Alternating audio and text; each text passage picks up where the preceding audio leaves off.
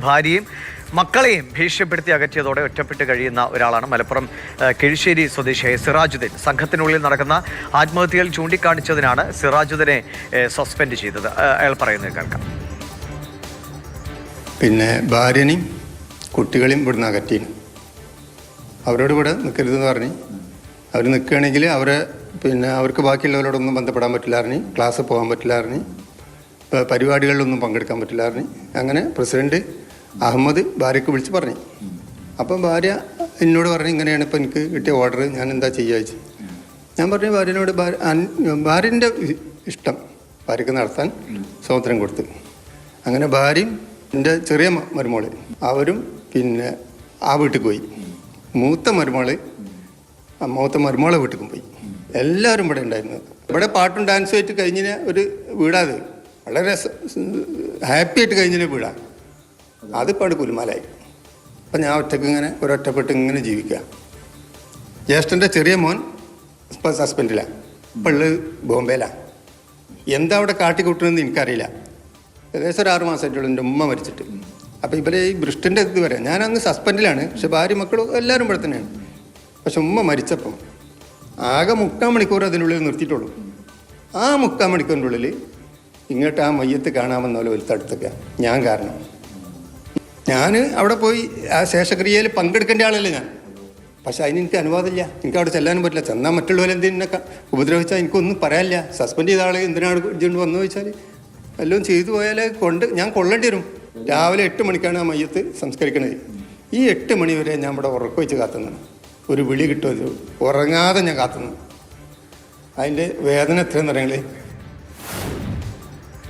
ഇതെന്തൊരവസ്ഥയാണ് ഷഹീദ. ഈ മറ്റ് സംഘടനകൾ, മുസ്ലിം മതസംഘടനകൾ, ഇപ്പോൾ ലീഗടക്കം ഒരു രാഷ്ട്രീയ പാർട്ടി ഒക്കെ സജീവമായി ഇത്തരം കാര്യങ്ങളൊക്കെ ഇടപെടേണ്ടല്ലേ? ഇത് എന്താണ് സംഭവിക്കുന്നത്? ഇതൊരു തെറ്റായ പ്രവണതയാണെങ്കിൽ അതിനെ മാറ്റാനും അതിൽ നിന്ന് ആളുകളെ പുറത്ത് കടത്താനുള്ള അങ്ങനെ ശ്രമങ്ങളൊന്നുമില്ലേ? മറ്റ് സംഘടനകളൊന്നും ഇടപെടാതെ ഇത് വേറൊരു വഴിയിൽ സഞ്ചരിക്കാൻ ഞങ്ങൾ ആ കാര്യങ്ങളൊന്നും ശ്രദ്ധിക്കില്ല എന്നതാണോ? ദിവിഷ്, ഈ സംഘടന 1920-കളിലാണ് തുടങ്ങിയത് നമ്മൾ പറഞ്ഞല്ലോ.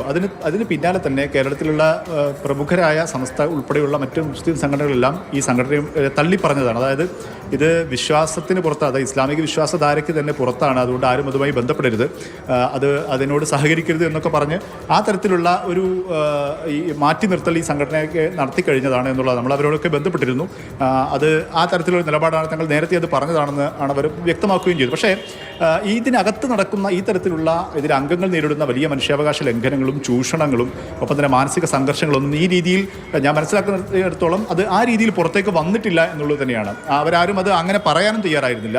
ഈ അടുത്തിടെയാണ് ഇതിൽ അംഗങ്ങൾ സഹികെട്ട് കൂടുതൽ ആളുകൾ ഇതിന് പുറത്തേക്ക് വരികയും ഇത് പുറത്തേക്ക് വരണം, പുറം ലോകം അറിയണം ഈ കാര്യങ്ങളൊക്കെ, അതിൽ തിരുത്തൽ വേണം, ഇതിനകത്ത് കഴിയുന്ന ആളുകൾ, സംഘർഷത്തിൽ കിട്ട് കഴിയുന്ന ആളുകളെങ്കിലും മോചിപ്പിക്കണം എന്ന് തുടങ്ങിയ ഒരു ചിന്തയിലേക്കൊക്കെ ഇവർ ഇപ്പോഴാണ് ഈ അടുത്ത ഘട്ടത്തിലാണ് എത്തിയത്.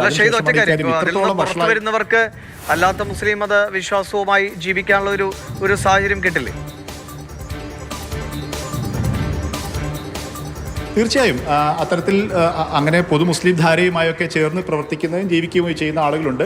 അല്ലെങ്കിൽ ഈ സംഘടനയുമൊക്കെ വിട്ട് മറ്റ് സ്വതന്ത്രമായി നിൽക്കുന്ന ആളുകളൊക്കെ ഉണ്ട്. ഇപ്പോൾ ഈ അടുത്തായി പുറത്തു വന്ന ആളുകളൊക്കെ മറ്റിടങ്ങളിലൊക്കെ സ്വന്തമായി ജീവിക്കുകയാണ്. അത് മുസ്ലിം മതവിശ്വാസികളായ ആളുകളും അത് വിശ്വാസരഹിതരായ ആളുകളും ഒക്കെ ഉണ്ട്, പ്രാക്ടീസ് ചെയ്യുന്ന ആളുകളൊക്കെ ഉണ്ട്. അതൊക്കെ വ്യക്തിപരമായ അവരുടെ നിലപാടുകളും തീരുമാനങ്ങളുമായി നിൽക്കുകയാണ്. പക്ഷേ മറ്റ് മുസ്ലിങ്ങൾ വിഭാഗത്തിലേക്ക് വന്നു കഴിഞ്ഞാൽ അവർ സ്വീകരിക്കുന്നുണ്ട്. അങ്ങനെ സ്വീകരിക്കുകയും കാലങ്ങളായി അങ്ങനെ മുസ്ലിം പൊതുധാരയുടെ കൂടെ ജീവിക്കുകയും ഒക്കെ ചെയ്യുന്ന ആളുകളും ഇവിടെ കൂട്ടത്തിൽ ഉണ്ട് എന്നുള്ളത് തന്നെയാണ്. പക്ഷേ ഇത് വിട്ടുവരാൻ ഇവർക്ക് കഴിയുന്നില്ല എന്നുള്ളത് ഏറ്റവും പ്രധാനപ്പെട്ട കാര്യം. കാരണം അവരുടെ ഏറ്റവും അടുത്ത ബന്ധുക്കളെല്ലാം ഈ സംവിധാനത്തിൻ്റെ കൂടെയാണ്. ഏറ്റവും പ്രധാനപ്പെട്ട മറ്റൊരു കാര്യം, ഈ ഗുരുവിനെ ഇവർ വെറും ഗുരുവായല്ല കാണുന്നത്, ഈ പ്രവാചക പരമ്പരയുടെ ഭാഗമായി അല്ലെങ്കിൽ പ്രവാചകത്വമുള്ള ഒരാളായാണ് കാണുന്നത്. അതുകൊണ്ട് തന്നെ അയാളുടെ വാക്കുകളും അയാളുടെ തീരുമാനങ്ങളൊക്കെ അത്രയും പ്രാധാന്യത്തോടു കൂടിയാണ് ഇവർ കാണുന്നത്. അത്രയും അത് ലംഘിക്കാൻ പാടില്ല. ലംഘിച്ചു കഴിഞ്ഞാൽ ആ രീതിയിലുള്ള തെറ്റായ രീതിയിലേക്ക് കാര്യങ്ങൾ പോകുമെന്ന ഉറച്ച രൂഢമൂലമായ ഒരു വിശ്വാസമുണ്ട്. ആ തരത്തിലൊരു വിശ്വാസം ഈ അണികൾക്കിടയിലേക്ക് അല്ലെങ്കിൽ ഈ അംഗങ്ങൾക്കിടയിൽ പ്രചരിപ്പിക്കാൻ, അവരെ ബോധ്യപ്പെടുത്താൻ ഈ ഗുരുവിന് എന്തായാലും ഇതിലിപ്പോ ഇതിൽ പെട്ടുപോകുന്നവർക്ക് ഇവിടെ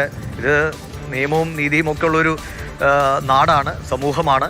അവർക്കല്ലാതെ വിശ്വാസങ്ങളുമായിട്ട് തുടരാനുള്ള അവകാശമൊക്കെ ഉണ്ട്. പക്ഷേ ഇതേപോലെ ഇങ്ങനെ കൂട്ടിലടയ്ക്കപ്പെട്ട അല്ലെങ്കിൽ തടവിൽ കഴിയുന്നത് പോലെയുള്ള വിശ്വാസങ്ങളുമൊക്കെ ആയിട്ട് ജീവിക്കണമെന്ന് അവർ തീരുമാനിക്കുന്നതാണ്. അല്ലെങ്കിൽ അവർ പരാതി നൽകിയാലാണ് പോലീസിനും ഇക്കാര്യത്തിൽ ഇടപെടാൻ കഴിയും. പിന്നെ ഈ സംഘടനയുടെ തലവനെ ഗുരു എന്നൊക്കെ പറയാമോ എന്ന് തന്നെ എനിക്കും സംശയം തോന്നുന്നു. കാരണം ഗുരു എന്നാൽ ജ്ഞാനത്തിലേക്ക്, പ്രകാശത്തിലേക്ക്, വെളിച്ചത്തിലേക്ക്, നന്മയിലേക്കൊക്കെ നമ്മെ കൈപിടിച്ച് കൊണ്ടു നടക്കുന്നയാൾ എന്നാണ് നമ്മൾ അർത്ഥമാക്കുന്നത്. ഗുരു എന്ന വാക്കിന് വളരെ വലിയ അർത്ഥമാണുള്ളത്. പക്ഷേ ഇത് ബന്ധങ്ങളിൽ നിന്ന് അകറ്റുക, അല്ലെങ്കിൽ ഇരുട്ടിലേക്ക് കൊണ്ടുപോവുക, ഒരു ചട്ടക്കൂടിനുള്ളിൽ മാത്രം നിർത്തുന്ന ഒരു വഴിയിലേക്ക് കൊണ്ടുപോകുന്ന ആളായിട്ടാണ് ഇപ്പോൾ ഈ അനുഭവങ്ങൾ കേൾക്കുമ്പോൾ നമുക്ക് മനസ്സിലാകാൻ കഴിയുന്നത്. എന്തെങ്കിലും പരാതി ഉണ്ടെങ്കിൽ അവർ നിയമപരമായി നടപടികളിലേക്കൊക്കെ പോട്ടെ. ഇതാണ് പലരും അനുഭവിക്കുന്ന കാര്യങ്ങളെന്നാണ് ഷഹീദ് വളരെ കൃത്യമായി പ്രതികരണങ്ങൾ സഹിതം നമ്മളോട് വ്യക്തമാക്കുന്നത്.